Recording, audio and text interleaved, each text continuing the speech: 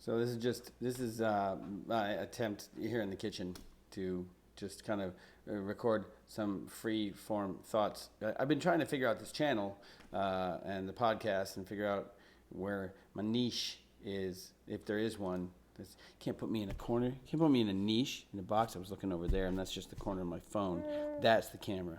That's it right there. This is a baby. Anyway, yeah. So, was trying to think about. I had sent a text out to some people and just said, "Hey, what should I talk about?"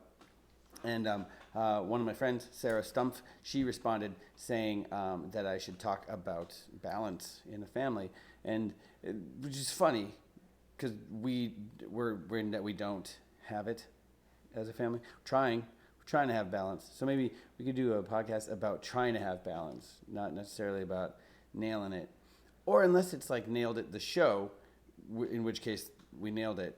It's this is the perfect cake picture we have, and then it comes off looking a little bit like Bell's palsy cake. It's just sliding down fate. Unless you have Bell's palsy, I'm sorry. It's not. It is funny. If I had, there's part of me that kind of has always wished I would get just for a little bit some Bell's palsy, so I could make fun of it. By the way, Zach Anner, if you've ever seen him, I haven't seen his stuff lately. I don't know if he's gone like wildly inappropriate, but Zach Anner used to have Workout Wednesdays, and you should look him up on YouTube because that junk is funny. Anyway, as a family, we've always been so when we lived in China for a while, there was a family that we knew there, and the Smiths, and that's not a made up last name. That's the, unless it is made up, unless they lied to us. Anyway, they were great, and they taught us a lot about how to have a missionary family, a transient family, because we are missionaries. Wherever we are, we try to live it like that. So so they taught us a lot about how to kind of have this. Your house changes and your locale changes, and you bounce around a bunch, but your family unit doesn't have to change. It can stay. So if you put everything into making that stay strong, then things come off all right. Oh, by the way, I know she's just like burrowing in, but you'll move her head and she'll be like, "No, that's not what I wanted. I wanted." Ugh. So anyway, she might get antsy because I'm not moving around. So anyway, when it comes to balance, one of the things we've always done, and again, I'm not saying that this is what people should do. I'm saying this is what we've always tried to do as a family, is we've been like, we're pretty like jealously guarded about our family time. And like even when we moved to I Falls, there's some really awesome people who one of the guys that I've been making friends with a lot, Jim, he was wanting to hang out, and I'm like, yeah, I do too. But I kept having to say like, yeah, well, we're kind of doing family night. We're kind of doing family night because that's something that we have seen not only just in our line of work, but in the medical field, that can slip away really quickly.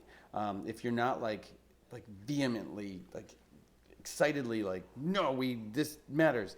So we've always tried to do that. And then the balance is, especially with an outward looking mindset.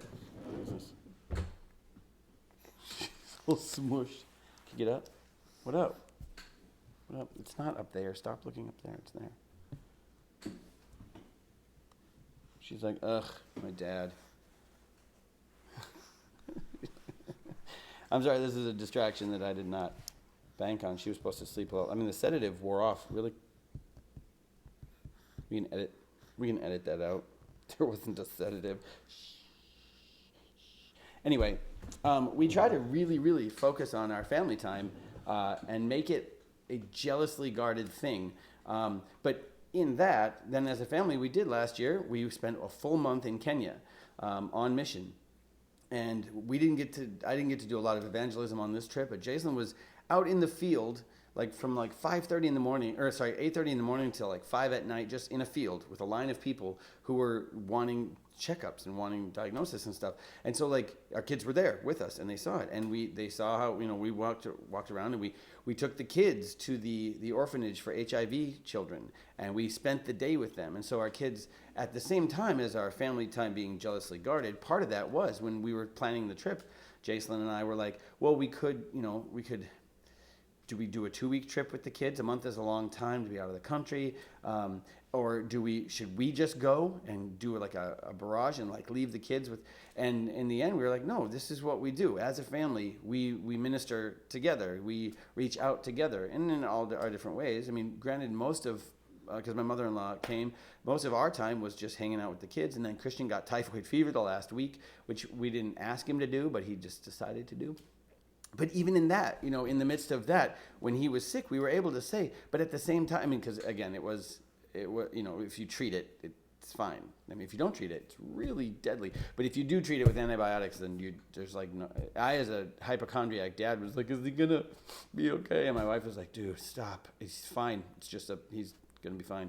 So anyway, in that, when we were thanking Christian, we thanked him, all of us personally, because what he bore, that it enabled us. I mean. And this is what the clincher was at one point Jacelyn was working in one of just this little local hospital there in this one town, Nyahururu, I don't know, was working in the hospital there, and she came into the ER, and there was a girl who was dying right there, choking, couldn't breathe, and she was on her way out, and because Jacelyn had walked in, this 15-year-old girl is alive. So we were able to say, like, yes, it has been tough. It's been stressful and dirty and exhausting. But we've also, A, had a bunch of fun. But B, even with what Christian was experiencing, there's a girl who would be dead now if it wasn't for that. And so we did morning prayer with our taxi driver every day. And we made it a very Christian event. We made it extremely Catholic. But at the same time, we were jealously guarded because we didn't leave any of our family members behind. And so, like, I was with this person, when Sara Stumpf had texted me just saying, well, I was praying about maybe balance would be good to talk about. Maybe we could do a bunch of things on balance. This isn't like, well, A, cohesive or coherent, but B, also, it's not comprehensive. It's not the entirety of a topic of being balanced. But one thing is to say, like, I don't think that there's anything more important than the family. There isn't. I mean, it's worth leaving any career, hands down, bar none. If you're listening, your family, it will never change that your family is more important than your career. And your spouse, most importantly, is the most important. But your family itself, it's everything. I mean, society is based on the family. It crumbles or stands strong based on the strength of the family or the crumbling of the family. So for us, like, or well, I guess for you, however that works out in your life, that is the balance to try to strike, is to try to think. She just belched on air. I mean, she didn't, like, she does at church when she's just like so loud. And you want to at first be like, it wasn't me. But then sometimes you're like, you want to take credit because, like, I wish that was me. That was like she toots like a sailor.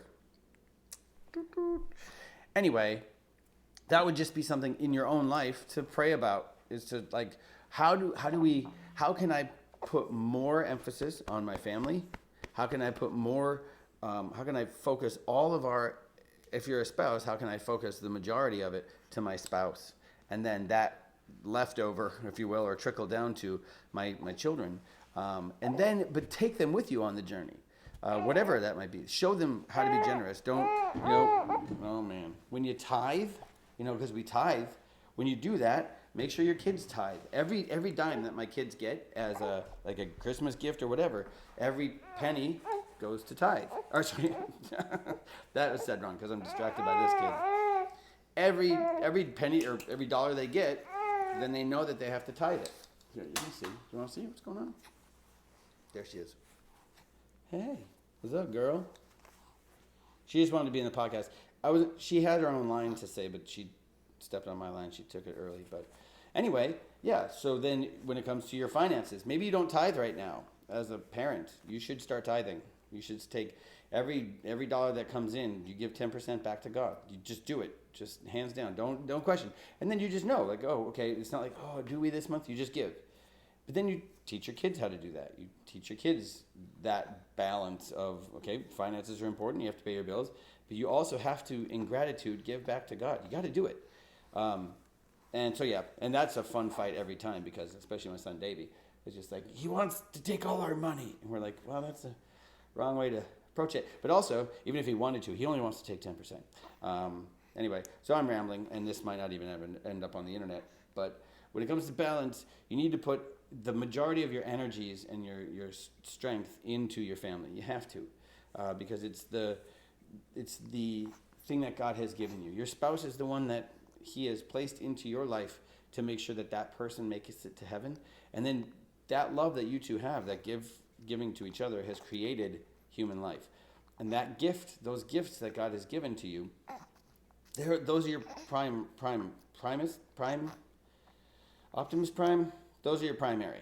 Those are the one thing that you, as a couple, as a married couple, those are the ones that you put all of your emphasis on. And in doing that, though, in living out your own faith, then you carry them with you. You train them so that when they grow up, it's second nature. It's not even like a fight. It's just, no, you just give back. You just go. You go to the people who need it. You spend time with the people who need it. So then I would say where we struggle as a family then is that it has been hard for us to find time for other people because we're building this family. It's hard for me to do even podcasting and YouTube stuff because we're building these guys. We're making sure that they're okay. And you guys don't matter. Not as much. I mean, look at, of course. Who's going to matter more? It's probably a tie. Anyway, I hope you have a good day. Have a good life. See you on the other side.